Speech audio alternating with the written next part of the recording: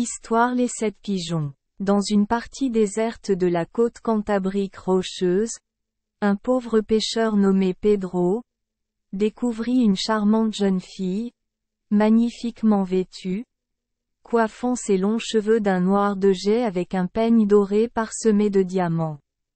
Il était encore tôt le matin et le soleil n'avait pas atteint sa plus grande puissance.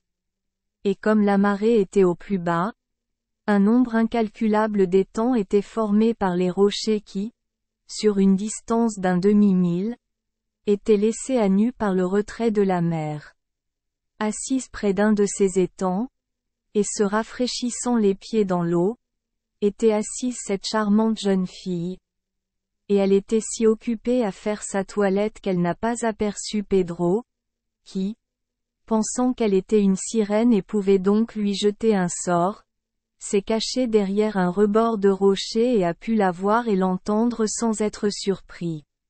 Vu. Pedro l'entendit chanter les paroles suivantes. Je suis la fille d'un roi qui règne en Aragon. Mes messagers m'apportent de la nourriture pour vivre. Mon père me croit mort. Il a ordonné ma mort. Pour cela je n'épouserai pas un méchant chevalier d'Espagne. Mais ceux qu'il a envoyés pour me tuer dans cet endroit, ils se sont liés d'amitié avec ma jeunesse, mais mon cas est cruel. Est-il vrai, se dit Pierre, que cette charmante jeune fille est la fille d'un roi? Si je lui apporte mon aide, je risque de courir un grand danger, et si je la laisse mourir, ce sera une honte criante. Que dois-je donc faire? Tandis qu'il réfléchissait ainsi, il entendit un battement d'ailes et, regardant dans la direction d'où venait le bruit, il aperçut 2 pigeons parfaitement blancs portant entre eux un petit panier, enfilé sur une fine barre d'or, qui ils tenaient chaque extrémité entre leurs becs. En descendant, ils déposèrent le panier à côté de la princesse, qui les caressa très tendrement, puis prirent du panier quelques aliments qu'elle mangea avidement, car elle n'avait pas mangé depuis la veille matin, et après avoir fini de manger, contenue, elle chanta de nouveau. Je suis la fille d'un roi, qui pense que je suis morte. Ici, sur cette plage, je chante, je suis nourrie par les pigeons. Merci mes jolis oiseaux, qui sont si gentils avec moi. Mais à quoi servent mes paroles? Oh! Je serai un oiseau. Ce souhait fut à peine prononcé que Pedro, à son grand étonnement, vit que la charmante princesse avait été transformée en cygne blanc, avec une petite couronne d'or sur le dessus de la tête. Déployant ses ailes, elle s'éleva peu à peu au-dessus de lui, accompagnée des pigeons, et tous 3 s'envolèrent vers la mer, quand soudain Pierre aperçut, non loin de la côte, un magnifique navire dont le pont était d'or bruni et les flancs d'ivoire fixés par des clous d'or. Les cordages étaient en fil d'argent et les voiles en soie blanche, tandis que les mâts et les vergues étaient faits du meilleur bois de santal. Les 3 oiseaux se dirigèrent vers le navire et, à peine posés sur le pont, Pedro remarqua qu'ils étaient 3 belles jeunes filles. La princesse était assise sur une chaise richement ornée, et les 2 autres jeunes filles sur des coussins de velours brodé d'or à ses pieds. Au-dessus d'eux était étendu un superbe auvent pour les abriter des rayons du soleil, et le navire glissait sur la vaste étendue d'eau, tantôt dans un sens, tantôt dans une autre, comme si la brise soufflait au gré des voiles. Pedro fut si étonné de ce qu'il vit qu'il finit par avoir peur et, étant jeune et agile, il perdit bientôt de vue le navire, mais à chaque pas il lui semblait entendre une voix qui lui disait « Ne t'enfuis pas, futur roi d'Aragon ». Pedro a continué à courir jusqu'à ce qu'il quitte la plage loin derrière lui et se trouve maintenant dans la forêt de pins. Il ne s'arrêta pas non plus jusqu'à ce qu'il fût dans la partie la plus dense, quand, par grande fatigue, il se jeta à terre, et alors il entendit distinctement une voix dire Pierre, tu es destiné à être roi d'Aragon. Mais ne le dites à personne. Ce n'est qu'alors qu'il découvrit qu'il n'était plus vêtu d'habits de pêcheur, mais que ses vêtements étaient du plus beau drap bordé de dentelles d'or. Pedro, en voyant cela, dit: Je suis enchanté. Cette princesse est en effet une sirène et m'a jeté un sort. Je suis défait, mes yeux me trompent, et ce que je prends pour tant de grandeur n'est qu'une tromperie. En disant cela, il se leva et se précipita vers son village aussi vite que ses jambes le pouvaient. Arrivé au hameau de pêcheurs, tous ses anciens compagnons lui témoignèrent une telle déférence qu'il essaya de s'écarter, croyant qu'ils se moquaient de lui, et, arrivant à la porte de la chaumière de sa mère veuve, il courut à la cuisine. Sa mère était en train de faire frire du poisson, et lorsqu'elle vit un grand monsieur entrer dans l'appartement, elle ôta la poêle du feu et, s'inclinant profondément, dit: Mon noble monsieur, cette maison est trop humble pour un être tel que vous. Permettez-moi de vous conduire à la maison de son révérend, car vous y trouverez un logement plus adapté à votre haute situation. Pedro aurait répondu à sa mère et aurait cherché à lui baiser la main et à lui demander sa bénédiction, selon la coutume du pays, mais, en essayant de parler, sa langue lui sortait de la bouche, et il faisait un bruit si étrange et gesticulait si bien que sa mère fut heureuse de sortir de la maison, suivie cependant de son fils et d'une grande foule de villageois, qui s'étaient rassemblés pour voir le grand inconnu. Dès qu'on apprit dans tout le village l'arrivée du grand étranger, les cloches de l'église sonnèrent, et le curé se mêla à la foule désireuse de voir le nouvel arrivant. Mais dès que Pierre commença à gesticuler comme auparavant, le curé et tout le reste du peuple furent très effrayés, car ils pensèrent qu'il était dangereusement fou. Pedro, s'en apercevant, se détourna avec tristesse de son village natal et prit la grande route vers la ville voisine. Tout en cheminant, pensant à son embarras présent, il aperçut une large porte en or, ouvrant sur un beau jardin, dans lequel il n'hésitait pas à entrer. Car il se souvenait de ce que la sage-femme du village lui avait dit un jour: les grands vêtements engendrent le respect. Ouvre grand ces portes, ô ouvrier au milieu des fleurs, s'écria Pedro à un vieux jardinier, car il avait maintenant retrouvé la parole. Je viens vêtu d'un drap d'or pour parler à mon amour. Monsieur, répondit le vieillard, vous pouvez toujours entrer ici, car vous êtes des Pedro d'Aragon, je le vois bien. Quel balcon très haut, 100 pieds de haut, s'exclama Pedro. Dis-moi, bon vieux, est-ce que la princesse vient parfois là-bas? Sur ces balcons si hauts, pour sentir la brise fraîche, répondit le jardinier, la princesse y vient seule tous les soirs. Si elle te demande, continua Pedro, qui je suis, dis-lui que je suis ton fils venu d'un pays lointain et je t'aiderai à arroser les roses. À son heure habituelle, la princesse arriva sur son balcon favori, et voyant Pedro arroser les fleurs, elle lui fit signe: ô arroseur de roses, approche-toi un peu et parle-moi. Est-il vrai que vous désirez me parler? Demanda Pedro à la princesse. Aucun miroir brillant n'a jamais reflété la vérité plus correctement que les mots que j'ai prononcés n'ont transmis mon désir, répondit la princesse. Voici donc, vous m'avez, dit Pedro. Ordonne-moi comme ton esclave.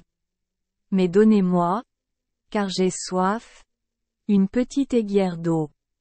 La princesse versa de l'eau dans un gobelet d'argent, et l'ayant tendue à Pedro, il s'écria: et dans ce miroir brillant d'eau cristalline pure, qui reflète ta forme, j'étanche la soif profonde de mon cœur. Vous voyez là-bas ce palais, au fond du jardin, dit la princesse à Pierre. Eh bien, dans ce palais, vous passerez la nuit. Mais si jamais vous dites à quelqu'un ce que vous voyez là, vous vous mettrez en danger et me causerez de grands ennuis.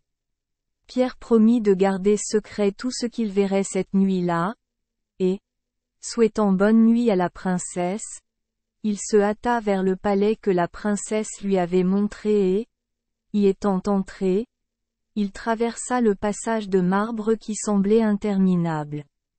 De chaque côté de lui se trouvaient des rangées de colonnes majestueuses, surmontées de chapiteaux d'or, et de temps en temps il croyait apercevoir les formes de jolies jeunes filles voletant parmi les colonnes. Au moment où il approchait d'une fontaine richement sculptée, entourée de palmiers sacrés, une jeune fille d'une beauté surprenante semblait s'adresser à un Maure sur les tons les plus passionnés, comme pour réclamer son indulgence. Mais quand Pedro les approcha, il découvrit que tous deux étaient l'œuvre de la statuaire. À chaque pas, les environs devenaient plus magnifiques, et le plafond sculpté était d'un travail si exquis qu'il semblait plutôt l'ouvrage du métier à tisser, ressemblant tellement à la plus belle dentelle, que celui du sculpteur. Enfin, il arriva au bout de cette allée de colonnes, et apercevant une porte devant lui, il l'ouvrit, et se trouva debout sur un quai de marbre, contre lequel les vagues de la mer se brisaient. Scrutant la vaste étendue d'eau devant lui, il observa s'approcher de lui le même beau navire qu'il avait vu le matin. Lorsque le navire accosta au quai, un matelot sauta à terre et l'attacha par un câble d'or. Puis, s'adressant à Pedro, il dit: « Je suis heureux que vous ne nous ayez pas fait attendre, car notre royale maîtresse désire bien vous consulter, car une de ses colombes préférées s'est cassée l'aile droite, et si vous ne pouvez la guérir, là la princesse mourra de faim. » Pedro ne répondit rien, mais monta à bord du navire, qui mit bientôt en route, et peu de temps après, ils approchèrent de la côte qu'ils connaissaient si bien. Après avoir débarqué, Pedro aperçut la princesse assise sur le sable, allaitant un de ses pigeons blancs. « Pierre d'Aragon, s'écria la princesse, un étranger a osé entrer dans le jardin de mon royal père, et en aidant à arroser les roses, il a foulé l'aile de mon pigeon préféré, et il l'a cassée. »« Señora, répondit Pedro, l'intrus vous a probablement recherché et n'avait aucune idée de blesser le bel oiseau. Cela n'a pas d'importance, continua la princesse, car ma principale partisane est blessée, et il faut la guérir. Coupez-moi le cœur, et trempez cet oiseau dans mon sang chaud, et quand je serai mort, jetez mon corps à la mer. Comment puis-je en tuer une si belle ? Demanda Pedro. Je préfère mourir moi-même plutôt que de te faire du mal. Alors vous ne vous souciez pas de moi, sinon vous feriez ce que je vous dis, répondit la princesse. Princesse, je ne peux pas et je ne te tuerai pas. Mais je ferai tout ce que vous me demanderez, a déclaré Pedro. Eh bien, puisque vous ne me tuerez pas, je vous ordonne de rapporter ce pigeon avec vous. Car je sais que c'est vous qui vous êtes promené aujourd'hui dans le jardin de mon père, continua la princesse. Et demain soir, quand vous verrez cette princesse que vous avez vue aujourd'hui, il faudra la tuer et faire couler son sang sur ce joli oiseau. Pedro était maintenant dans de gros ennuis, car il avait promis à la princesse de faire tout ce qu'elle lui dirait de faire, sauf la tuer, et il ne pouvait pas rompre sa parole. Alors, saisissant très doucement le pigeon et disant au revoir à la princesse, il remonta à bord du navire, et il était si déprimé qu'il était arrivé au quai de marbre sans s'en apercevoir. En débarquant, il revint sur ses pas par l'allée des piliers, et se retrouva de nouveau dans le jardin, où le vieux jardinier arrosait encore les roses. Quel balcon très haut! s'exclama Pedro. Dites-moi, vieux jardinier des temps anciens, si la princesse vient ici aujourd'hui. La princesse aime la fraîche brise marine, répondit le vieillard, et ce soir elle viendra au balcon, car son noble amant l'attendra. Et qui est l'amant de la princesse? Demanda Pedro. Si vous m'aidez à arroser les roses, je vous le dirai, dit le vieil homme. Pedro acquiesça volontiers et, posant le pigeon là où il pensait qu'il ne lui arriverait aucun mal, il commença à aider le jardinier à arroser les roses. Après un silence de quelques minutes, le jardinier dit. Il y avait un jour 7 pigeons qui disaient. Nous sommes 7 pigeons, et avec 7 autres pigeons nous pourrions tous être accouplés. Mais, dans l'état actuel des choses, nous devons rester 7 pigeons. Oui, répondit Pedro, mais je veux savoir qui est l'amant de la princesse. Le vieil homme ne prêta pas attention à l'interruption et continua. Il y avait une fois 7 pigeons qui disaient. Nous sommes 7 pigeons, arrêtez. S'écria Pierre. Je n'aurai pas de bavardage aussi vain. Dis-moi qui est ce noble amant, ou je te ferai du mal. Monsieur, s'écria le jardinier d'un air très sérieux, il y avait une fois 7 pigeons qui disaient.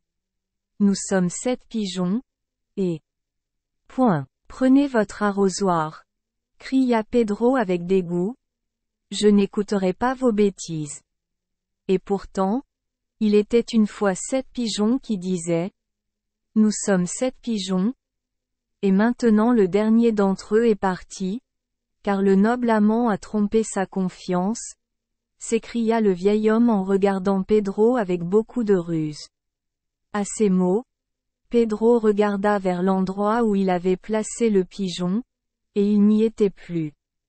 Pris d'un accès de fureur, il s'apprêtait à mettre la main sur le jardinier, quand, à son grand étonnement, il s'aperçut que lui aussi était parti. Je suis perdu, s'écria le malheureux Pedro, et maintenant je ne reverrai plus la princesse. En disant cela, il s'est évanoui et aurait probablement pu rester là quelque temps, s'il avait entendu une voix disant d'une manière plaisante. Il y avait une fois 7 pigeons qui disaient. Nous sommes 7 pigeons, et... Point. Pedro commença se leva, et près de lui se tenait la princesse qu'il avait vue auparavant au balcon. Pourquoi me taquines-tu ainsi, princesse? Dit Pedro. Je ne veux plus entendre parler des 7 horribles pigeons. Don Pedro de Aragon, répondit la princesse, je dois vous dire que le vieux jardinier à qui vous avez parlé est un magicien, et il s'est emparé du dernier moyen que j'avais pour recouvrer ma liberté, car je suis sous sa puissance. Point. N'est-il pas vrai que vous êtes venu ici dans le but de me tuer? J'en avais fait le vœu. Répondit Pedro. Mais je ne peux pas vous tuer, bien que j'aimerais mieux vous tuer, belle princesse, que de vous faire un mal plus grave. Retournez donc chez la malheureuse dame que vous avez laissée au bord de la mer, et dites-lui que vous avez trahi vos promesses, dit la princesse. Comme je suis désolé, s'écria Pierre, d'avoir jamais été destiné à être roi d'Aragon. Quand j'étais un pauvre pêcheur, j'étais bien plus heureux qu'aujourd'hui. Pierre d'Aragon, la lune sera pleine cette nuit, et tu pourras alors me sauver, dit la princesse, si tu as le courage de rencontrer le méchant magicien dans ce jardin à minuit, car alors son pouvoir est grand. Le plus faible. Je suis préparé au pire, répondit Pedro, et je n'ai pas peur de votre geôlier. Eh bien, continua la princesse, quand le magicien vous verra, il vous parlera encore des 7 pigeons. Mais quand il aura fini, tu devras lui dire qu'il y avait autrefois 7 femmes qui n'avaient qu'un seul mari, et qu'elles attendent dehors pour le voir. Faites ce que je vous dis, et si vous n'avez pas peur de sa colère, Vous pourrez peut-être me libérer. Pedro promit de faire ce qu'on lui disait, et la princesse s'étant retirée dans le palais, Pedro s'amusa à se promener sous les hauts balcons, regardant les lucioles s'éclairer à mesure que la nuit tombait.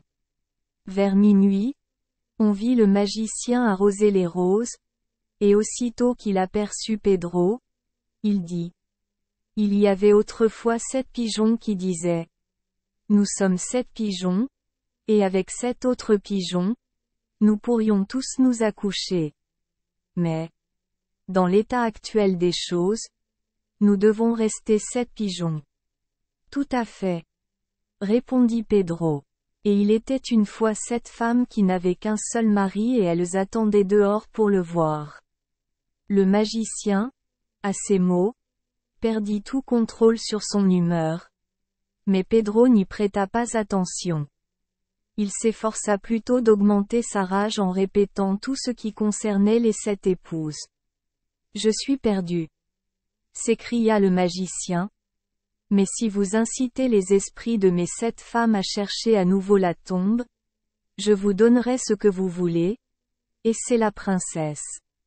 Donnez-moi d'abord la princesse, répondit Pedro, et ensuite je vous libérerai de vos femmes. Prenez-la donc, dit le magicien. Elle est là. Et n'oublie pas ce que tu m'as promis, car je peux te dire en toute confiance qu'un homme avec 7 femmes ne peut pas jouer au magicien. Pierre s'enfuit avec la princesse, et après qu'ils eurent été mariés et couronnés, la princesse, qui était maintenant reine, lui dit un jour: Pedro, le magicien qui m'a retenu captif de toi était Rank, et c'est pour cela que les balcons étaient si hauts. Quand tu m'as vu sur la plage nourrie de pigeons, c'était pour que tu connaisses mon pouvoir. Sur le rivage, j'étais accompagné de messagers ailés, et sur la mer, je naviguais à loisir. Mais qu'en est-il du pigeon blessé? Demanda Pedro. Souviens-toi, Pierre, de ce que tu m'as dit dans le jardin, répondit la princesse, que tu préférerais me tuer plutôt que de me faire un mal plus grave.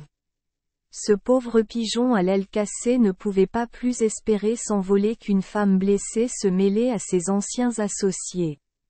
Et qu'en est-il des 7 épouses qui attendaient dehors et qui ont tant effrayé le vieux magicien Rank? Continua Pedro. Ce sont les 7 péchés capitaux, qui auraient chacun une langue pour eux-mêmes, et pourtant, sans langue, ils suffisent à effrayer Rank, répondit la princesse. Et qui suis-je alors? Demanda Pedro, pour être si exalté maintenant? Vous êtes l'homme sage qui s'est efforcé de faire de son mieux, mais qui a essayé de ne pas s'exalter au-dessus de sa position, répondit gentiment la princesse.